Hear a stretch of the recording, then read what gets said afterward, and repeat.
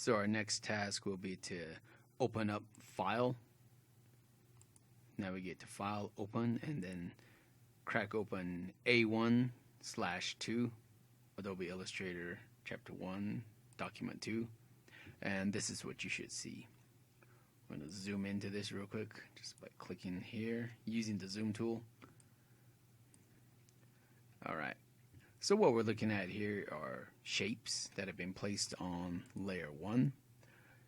If you haven't selected layer 1, go ahead and do so. We'll be playing around with layer 2 later on. Right now we're going to talk about scaling your objects. Let's see.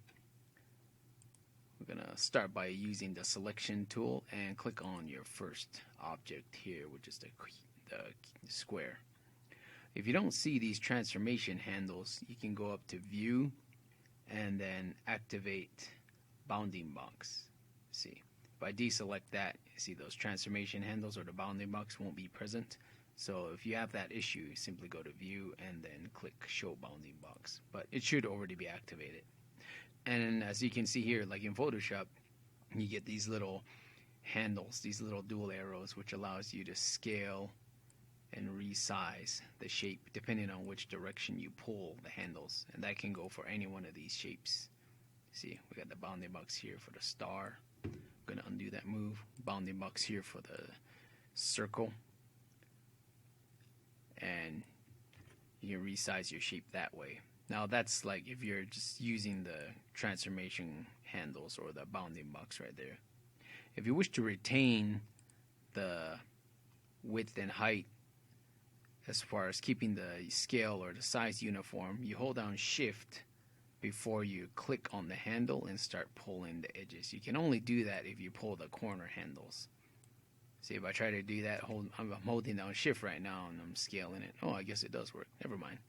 It doesn't work in Photoshop, but I guess in Illustrator it does. So go figure. So anyways, as long as you hold down Shift when you're scaling the corners or any of the other handles, it should keep the shape, fairly uniform. The other tool that is available is the scale tool, which is right over here. If you click on that, you simply select your shape and then, click drag, and you can rescale your object there, as you can see.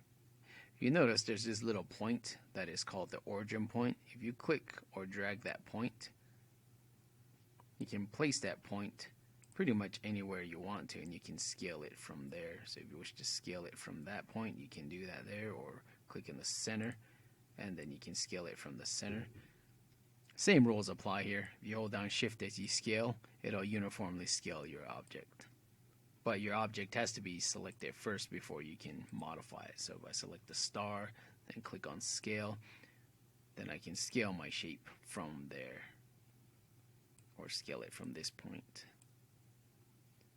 Just a few quick ways to go about scaling your objects. So start by selecting the object and using the handles here or the scale tool and resize some of your shapes. I'm going to make this one big, I'm going to make this one medium, and I'm going to leave this one just slightly small.